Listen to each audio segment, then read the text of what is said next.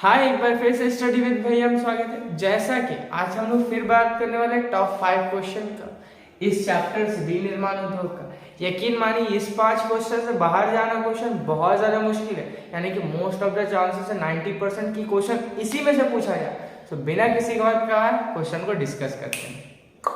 तो बात करते हैं अपना फर्स्ट क्वेश्चन, उद्योग पर्यावरण को कैसे प्रदूषित करते हैं। ठीक है, आखिर जो उद्योग होता है वो पर्यावरण को किस तरीके से पॉल्यूट करता है। ठीक है, तो पहला अगर बात करें तो ये 4 तरीका से करता है। ठीक है, हम लोग जानते हैं क्या, वायु प्रदूषण। ठीक है, दूसरा बात करें जल प्रदूषण, तीसरा अगर बात करें ध्वनि प्रदूषण, और चौथा बात करें तो मृदा प्रदूषण यानी मिट्टी प्रदूषण भी कह सकते हैं। वायु प्रदूषण मतलब क्या, जो मेरा फैक्ट्री होता है उससे जो धुआं निकलता है वो आसपास का जो वातावरण होता है उसको पोल्यूशन करता है, चाहे वो कोई भी जीव हो, चाहे इंसान हो, चाहे जानवर हो, या फिर इनफैक्ट पेड़ पौधों को भी क्या करता है, वो खराब करता है, तो वायु पोल्यूशन। जल प्रदूषण का बात करें तो जो फैक्ट्री से गंदा चीज निकलता है ना, वो आसपास का जो नदी उसी में बहा दिया जाता है। अब नदी में बहा दिया तो वही पानी क्या हुआ, हम लोग के पास भी आता है, उससे जानवर लोग भी पीता, तो इससे भी क्या होता है, समझ में आ रही बात, जल प्रदूषण। तीसरा अगर बात करें ध्वनि प्रदूषण का, जो भी फैक्ट्री होता है उसमें बड़ा बड़ा मशीन का यूज होता है, आप भी जानते हैं, बिल्कुल होता है, उससे कितना ज़्यादा आवाज़ निकलता है, तो आवाज़ निकलेगा तो क्या होगा, ध्वनि प्रदूषण। क्लियर हो रही बात, तो उसको उपयोग कैसे कर सकते हैं, कम, उसमें साइलेंसर लगा देंगे तो उपयोग मतलब उसका ध्वनि कम हो जाएगा, एकदम ना के बराबर। आज लास्ट अगर बात करें मृदा प्रदूषण का, तो मान के चलो जो प्लास्टिक, हम लोग जानते हैं कि प्लास्टिक कभी भी खत्म नहीं होता, यानी एक बार बन गया तो कभी खत्म नहीं हो सकता, रिसाइकलिंग जरूर हो सकता है लेकिन खत्म नहीं हो सकता। अब देखो प्लास्टिक है वो मिट्टी में चल जाएगा, तो सोच के देखो कि मृदा पॉल्यूशन नहीं होगा। मृदा पॉल्यूशन का मतलब होता है कि जब आपका मिट्टी का उपजाऊपन कम हो जाए तो वो क्या कहलाता है, मृदा पॉल्यूशन कहलाता है। और प्लास्टिक क्या करता है, वही करता है, मृदा पॉल्यूशन करता है। क्लियर हो रही है बात, पहला टॉपिक। सेकेंड बात करें औद्योगिक अवस्थिति को प्रभावित करने वाले तीन मानवीय कारणों को बताएं, यानी कि जो भी उद्योग होता है, ध्यान से समझिएगा बात को, जो भी उद्योग होता है उसको बनने के लिए, याद होगा चैप्टर में बात कर रहे थे फर्स्ट पार्ट में कि कोई भी उद्योग जब बनता है ना उसका पीछे बहुत सारा दिमाग लगाया जाता है, कहाँ बनाना चाहिए, कैसे बनाना चाहिए। तो उसकी में 3 मानव का कारण बताओ कि जहाँ पे उद्योग लगाना चाहिए। ठीक है, पहला बात, उद्योग वहाँ लगेगा जहाँ पे बाजार होगा। बाजार मतलब मान के चलो मेरा फैक्ट्री बन गया, हम बिस्किट बना लिए, लेकिन उसका कहीं बाजार नहीं, उसको बेचने वाला नहीं है, तो हो पाएगा नहीं ना हो पाएगा। यानी एक उदाहरण ऐसे समझ लो कि जंगलिया में मान के चलो बना लिए फैक्ट्रियाँ, लेकिन वहाँ पे कोई लोग नहीं है, वहाँ बाजार नहीं है, तो कहाँ हम लोग बेचेंगे, पहले समझ में बाजार होना चाहिए। अच्छा, दूसरा अगर बात करें तो वहाँ पे बिजली होना चाहिए तब ना फैक्ट्री होगा, अब बिजली नहीं रहेगा तो फैक्ट्री कैसे चलेगा, बुझा रहा है। तीसरा मानवीय कारण बताए, तो मानवीय कारण के अंतर्गत तीसरा ये हो जाएगा कि आपका परिवहन होना चाहिए। अच्छा, परिवहन मतलब क्या, उसका रास्ता अच्छा होना चाहिए एक जगह से दूसरा जगह ले जाने को, तो ये बात है मानवीय कारण का, याद रखिएगा ये मानवीय कारण है।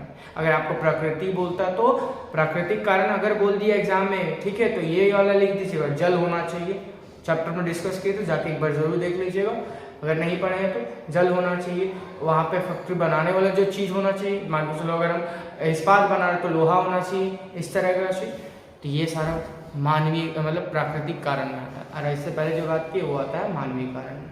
ठीक है, अब बात करते हैं थर्ड क्वेश्चन। तो थर्ड क्वेश्चन क्या है, उद्योग द्वारा पर्यावरण निम्नीकरण को कम करने के लिए उठाने वाले विभिन्न उपायों की चर्चा करती है। जो पर्यावरण है उसको ठीक करने, यानी कि जो पर्यावरण में प्रदूषण कम फैल रहा है ना, उसको कैसे एक तरह से हम लोग कम कर सकते हैं वो बताने का। तो पहला तरीका ये कि फैक्ट्री जो भी है, जैसे अभी हम बात कर रहे थे वायु पोल्यूशन का, तो वो ना फैक्ट्री का जो चिमनी होता है उसको ऊपर रखने का। ठीक है, ऊपर रखने से क्या होगा ना, जो भी पोल्यूशन होगा ना आसपास का इलाका में नहीं जाके ऊपर ही चल जाएगा। क्लियर हो रही बात। दूसरी बात करिए कि जो भी फैक्ट्री वगैरह होता है, ठीक है, उससे जो भी कूड़ा कचरा निकलता है ना उसको हम लोग कोशिश करना चाहिए रिसाइकलिंग करने का, जिसके कारण ना जो भी प्लास्टिक वगैरह ना उसका यूज़ हो जाए और वो नदी में ना बहे, गंदा पानी ना मिले। ठीक है, ये हो जाएगा। जो भी मेरा फैक्ट्री वगैरह है उसमें जो मशीन लगता है उसमें ना साइलेंसर लगा देना चाहिए। साइलेंसर से क्या होगा कि ध्वनि प्रदूषण नहीं होगा।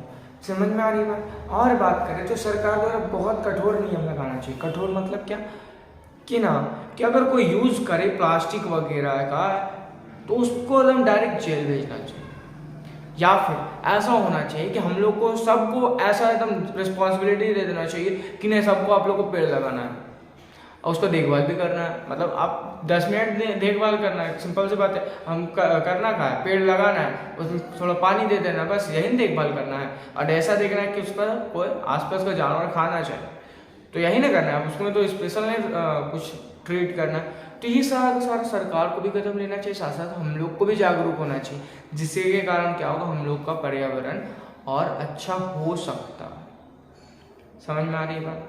नेक्स्ट अगर बात करें स्वामित्व के आधार पर उद्योगों को वर्गीकरण करें। स्वामित्व मतलब होता है कि आपका है या फिर सरकार का है, इसको बोलते हैं स्वामित्व, यानी कि किसका है कोई भी उद्योग। तो ये बेसिकली 4 तरह का उद्योग होता है स्वामित्व के आधार पर, ठीक है। पहला बात करें तो निजी उद्योग। या लोग अगर पार्ट 1 पढ़े होंगे तो उसमें ही बात किए थे, नहीं देखे तो फिर अगेन कह रहे हैं जाके देख लीजिए, ठीक है।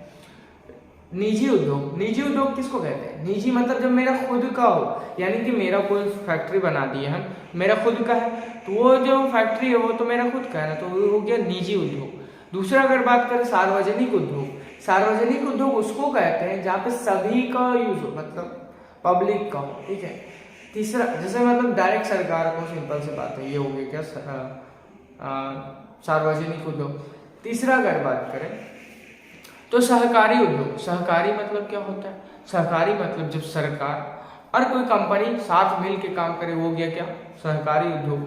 और लास्ट अगर बात करें तो एक तरह का संयुक्त उद्योग। संयुक्त उद्योग ऐसा समझ लीजिए, हो सकता है 2 कंपनी भी कर सकता है, 2 बड़ा बड़ा कंपनी या 2 से ज़्यादा बड़ा कंपनी या फिर छोटा कंपनी आपस में मिलकर जब कोई उद्योग काम किया तो वो क्या हो गया संयुक्त उद्योग। आई थिंक क्लियर होगा उद्योग का वर्गीकरण, ठीक है। अब बात करते हैं लास्ट क्वेश्चन का। तो आखिरी क्वेश्चन क्या है? आखिरी क्वेश्चन भारत की सूचना प्रौद्योगिकी तथा इलेक्ट्रॉनिक उद्योग की चर्चा करें।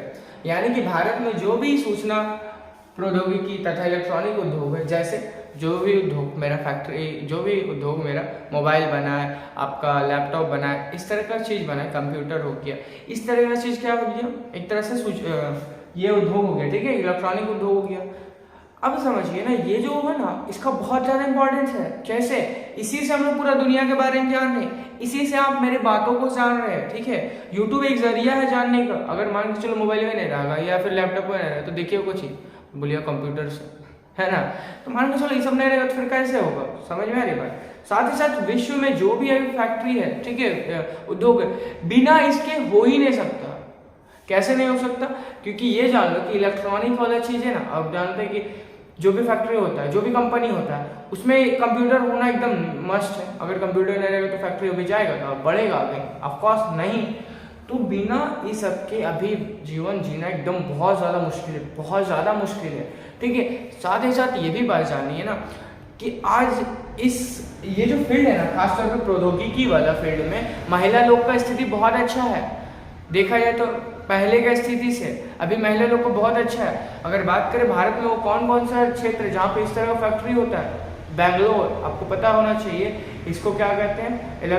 इलेक्ट्रॉनिक सिटी भी कहते हैं भारत का, याद रखिएगा। किसको कहते हैं? बेंगलोर को कहते हैं। खास जगह जैसे बेंगलोर हो गया, आपका गुजरात में बहुत सारा जगह हो गया, इंदौर हो गया, तो ये सारा का सारा इलाका ना, इसमें खासतौर पर फैक्ट्री वाला इस सब का बनता है।